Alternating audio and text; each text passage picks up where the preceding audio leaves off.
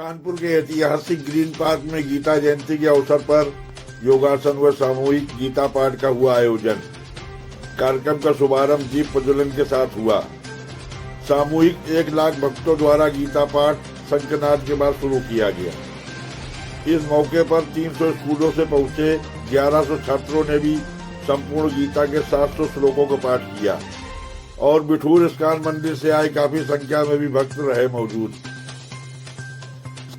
समारोह में मुख्य अतिथि के रूप में निरंजनी पीठाधीश्वर स्वामी कैलासानंद महाराज और निरंजनी अखाड़ा की महामंडलेश्वर साध्वी निरंजन ज्योति विशिष्ट अतिथि के रूप में रही शामिल।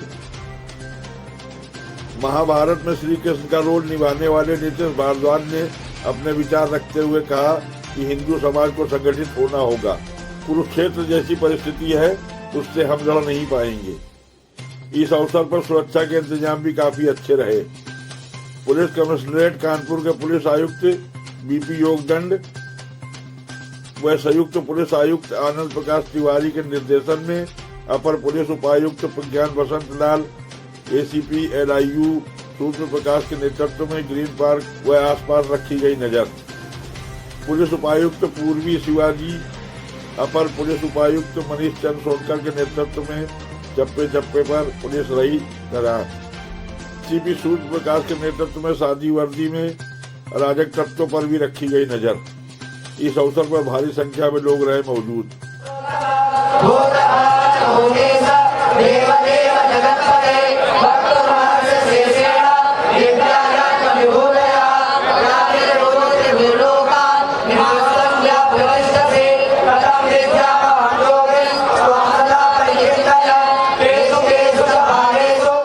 आज के इस आयोजन के अवसर पर NM न्यूज टीम ने भी जाने लोगों के विचार।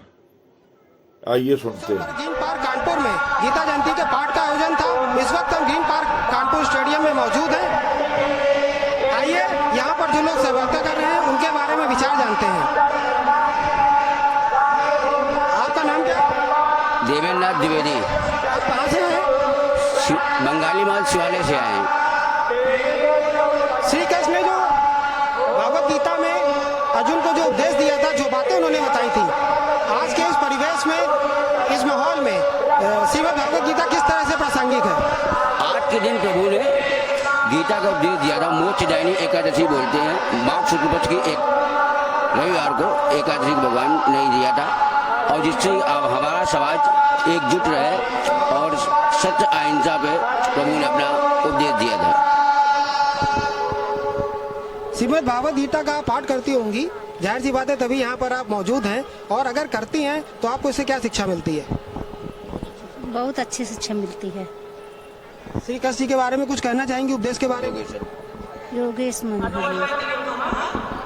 तो इस वक्त हम ग्रीन पार्क स्टेडियम कानपुर में मौजूद हैं। यहाँ पर जो सहभागिता कर रहे लोग हैं उनके बारे में विचार जानते हैं। कृपया अपना नाम बताइए। राम जी गुप्ता। श्री कृष्ण ने जो अर्जुन को उपदेश दिया था तो उन्होंने कहा था धर्म के लिए धर्म के साथ खड़े होना चाहिए और उसके लिए अगर शस्त्र भी उठाने चाहिए तो उठाने में संकोच नहीं करना चाहिए। शिक्षा उन्होंने अर्जुन को दी थी। आपका इस बारे में क्या विचार है? बिल्कुल सही। भगवान ने कहा था कि अगर धर्म की रक्षा करना है तो हमें शस्त्र उठाना पड़े तो उठा लेना चाहिए। शस्त्र उठा लेना चाहिए धर्म के लिए। गीता एक मैनेजमेंट भी है, इससे जीवन दर्शन के बारे में शिक्षा मिलती है। हम बहुत कुछ सीख सकते हैं। आज के इस परिवेश में युवाओं को किस तरह शिक्षित करती है, इसके बारे में बताइए कुछ। गीता संपूर्ण जीवन जीने की कला, इससे हर तरह की शिक्षा आपको प्राप्त करेंगे। पूरा ये आप MBA करते हैं, NCA करते हैं, कुछ भी करते हैं, लेकिन गीता जो आपको दे सकती है दुनिया में कहीं और कुछ नहीं दे सकती है। गीता दुनिया में सब कुछ प्रदान कर सकती है। आपको किसी भी समस्या का हल हो सकती है, किसी भी चीज का निवारण हो सकती है, ऐसा यहाँ सहभागिता कर रहे लोगों का मानना है। अपना नाम बताइए। मैं आचार्य योगेश तिवारी, श्रीमद् भगवद गीता जयंती आयोजन समिति कानपुर प्रांत का संरक्षक मंडल का वरिष्ठ सदस्य हूँ। श्रीमद् भागवत गीता ने श्री कृष्ण ने जो जीवन दर्शन दिया है 18 अध्याय और 700 श्लोकों में, उन्होंने बहुत सी बातें बताई हैं जिनमें जीवन मैनेजमेंट को हम सुधार सकते हैं। और इसके साथ साथ उन्होंने मन को संयमित करने की बात बताई है, आसक्ति उत्पन्न ना हो इसके बारे में बताया है। तो इस जीवन दर्शन के बारे में कुछ बताइए और आज के इस परिवेश में गीता किस तरह से लाभान्वित कर सकती है इसके बारे में बताइए। श्रीमद् भगवद गीता आज से 5159 वर्ष पूर्व मोक्षदा एकादशी के दिन भगवान श्री कृष्ण ने हम लोगों को दिया। दिन के 12 बजे में ये गीता का पाठ हुआ। उनका एकमात्र उद्देश्य ये था कि मानव मात्र का कल्याण कैसे हो, संपूर्ण जीवन का विकास कैसे वो कर सके। व्यक्तित्व निर्माण की जो उत्तम गाथा है वो श्रीमद् भगवद गीता है। विषाद योग का आपने बात किया। जब आप अपनों से घिर जाते हैं और लड़ने वाला भी अपना है सामने और हमें लड़ाई भी स्वयं से ही करनी है, तब व्यक्ति के पास में कोई मार्ग नहीं बचता, किधर जाए किधर से रास्ता ढूंढे। इसीलिए भगवान श्रीमद् भगवद गीता में कहते हैं कि हे अर्जुन, इससे पहले आपको पता है, ऐसा नहीं कि मैं पहले नहीं था, मैं पहले भी था, मैं अभी भी हूँ, मैं आगे भी रहूँगा। तुम भी पहले थे, तुम भी अभी हो, आगे भी रहोगे। ये मरने वाले मारने वाले सब मैं ही हूँ। आप केवल यहाँ नृत्य करने के लिए, एक्टिंग करने के लिए आए हैं। आपका एकमात्र उद्देश्य है युद्ध करना। और युद्ध किससे है? युद्ध जब अपनों से होता है तब बहुत कठिन हो जाता है। समाज से युद्ध करना कठिन नहीं है, अपनों से युद्ध करना कठिन। अपनों के बीच में युद्ध करके सत्यता को प्राप्त करना, धर्म का विजय करना कठिन है। इसलिए भगवान ने श्रीमद् भगवद गीता में अर्जुन के विषाद योग की निवृत्ति करते हुए 18 अध्याय पूरा सुनाया, जिसमें 700 श्लोक हैं और व्यक्तित्व निर्माण की उत्तम चरित्र है।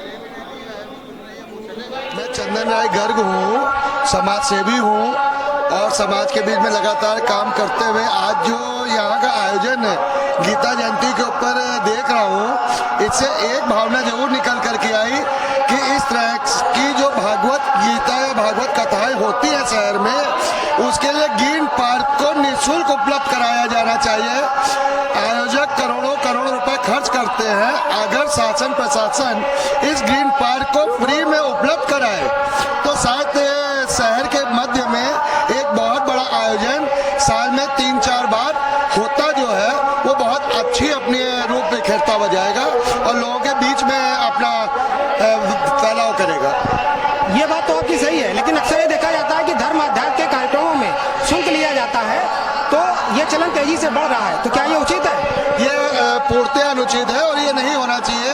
ये जो वीआईपी कैटेगरी है इसका समापन होना चाहिए, क्योंकि अक्सर ये देखने में आता है कि बड़े आयोजकों में जो आयोजक होते हैं वो शुल्क का प्रावधान कर देते हैं और धर्म और आध्यात्म की जगह भक्ति को नहीं बांटना चाहिए। इस बारे में अपने विचार बताइए। कई बार ऐसा भी होता है कि आयोजक तो ऐसा कुछ प्रयोजन नहीं करते हैं, लेकिन वो पास जो है अगर भीड़ बढ़ती है तो पीछे और लोग जो है उसका नाजायज फायदा उठा करके और उस पर शुल्क लगा करके बेचना चालू कर देते हैं। यानी इस तरह की जो घटनाएं होती हैं वो आयोजकों के संज्ञान में नहीं आती हैं, उन्हें संज्ञान में लेकर इस पर कार्रवाई करनी चाहिए। जब तक समय बीत जाता है, संज्ञान में आया, 2-4 दिन का कार्यक्रम होता है और वो बातें पीछे के पीछे रह जाती हैं। कहाँ तक जांचें होंगी, कहाँ तक कार्रवाई होगी, लेकिन उसकी प्रॉपर व्यवस्था बनाई जानी चाहिए कि इस तरह के धार्मिक आयोजनों में शुल्क नहीं होना चाहिए। पास आप वीआईपी जरूर कर सकते हैं, कुछ लोगों को व्यवस्था देनी पड़ती है, कुछ हमारे दानदाता लोग होते हैं, कुछ हमारी सेलिब्रिटीज होती हैं जिनके लिए कुछ एक्स्ट्रा व्यवस्था देनी पड़ती है, वो ठीक है, वहाँ तक उचित है, लेकिन शुल्क लेकर के व्यवस्था देना अनुचित है। तो ये थे हमारे साथ चंदन राय, जिनका यह मानना है कि धर्म अध्यात्म की जगह शुल्क नहीं लेना चाहिए। विशेष परिस्थिति में जो कार्य करने वाली संस्था होती है वो अपने लोगों के लिए पास इशू करती है, लेकिन शुल्क लेकर के धर्म को बांटना नहीं चाहिए। धर्म सभी के लिए एक समान है, ऐसा ही इनका कहना है। श्री कृष्ण ने 18 अध्याय और 700 श्लोकों में पूरा एक जीवन दर्शन दिया है। जीवन मैनेजमेंट की बातें उसमें बताई हुई हैं। उन्होंने मन को संयमित करने के बारे में बताया, मन के मनोबल को मजबूत करने के बारे में बताया है। अधर्म के साथ धर्म के साथ अधर्म के विरुद्ध धर्म के साथ खड़े होकर शस्त्र उठाने के लिए भी उन्होंने कहा है। इस बारे में आपके क्या विचार हैं? देखो, ऐसा है, अगर हमारे यहाँ सनातन धर्म में अगर धर्म पर कोई किसी भी तरह से कुठाराघात करता है या धर्म पर वार करता है, अगर धर्म को नष्ट करने का प्रयास करता है, तो भगवान ने कहा है, भगवान श्री कृष्ण जी गीता में कहते हैं, स्वधर्मे निधनम श्रेया परधर्मे भयावह। अपने धर्म की रक्षा करने के लिए, सनातन धर्म की रक्षा करने के लिए अपना सर कटा दें, सर कटा करके प्राणों को आहुति दे करके, प्राणों को दे करके अपने धर्म की रक्षा करो, धर्म को बचाओ। और यहाँ पर एक मैं संदेश देना चाहता हूँ, भगवान श्री गीता में कहते हैं स्वधने निधनम श्रेया, प्राणों का कटाने का मतलब अपने धर्म में प्राणों का परित्याग देना, ये जो है बहुत ही सुंदर जो है पुण्य का कार्य है, किंतु दूसरे धर्म को कभी स्वीकार नहीं करना चाहिए, नहीं तो उस इंसान को, उस मानव को संसार में बहुत ही क्लेश और बहुत ही दुख उठाने पड़ते हैं। 5वें अध्याय के 10वें श्लोक में श्री कृष्ण ने कहा है कि जो भी कर्म करें उसको प्रभु के चरणों में अर्पित कर दें, आसक्ति नहीं होनी चाहिए। इस बारे में क्या कहते हैं आप? देखिए, भगवान श्री कृष्ण जी ने जो है गीता में भी कहा, वही भागवत में भी कहा कि जो भी हम कुछ करते हैं वह भगवान को समर्पित करते, नारायणाय समर्पयामि या नारायणाय समर्पयेत। जो भी हम कुछ जो है रोज की क्रिया में जो भी कुछ हम करते हैं, चाहे वो हम जो है घर का काम काज करते हो, चाहे वो शारीरिक कोई भी क्रिया करते हो, या समाज की सेवा करते हो, या शिक्षण कार्य करते हो, या धार्मिक कोई कार्य करते हो, या नौकरी करते हो, या व्यापार करते हो, जो भी हम कार्य करते हैं अगर उस कार्य को हम भगवान के चरणों में समर्पित कर देते हैं तो उस कार्य में आने वाला व्यवधान वो सदा सदा के लिए समाप्त हो जाता है।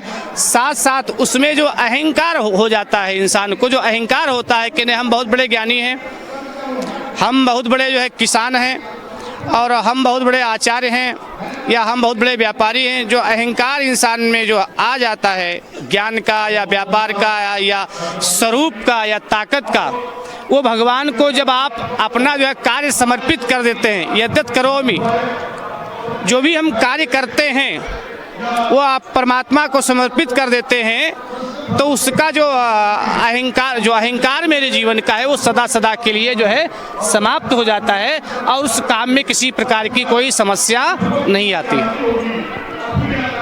यानी जो भी कर्म करें उसे प्रभु को समर्पित कर दें, उसमें अहंकार का नाश हो जाता है, ऐसा आचार्य जी का कहना है। कैमरामैन राजकुमार बातम के साथ मैं मानव गुप्ता, NM न्यूज़ कानपुर।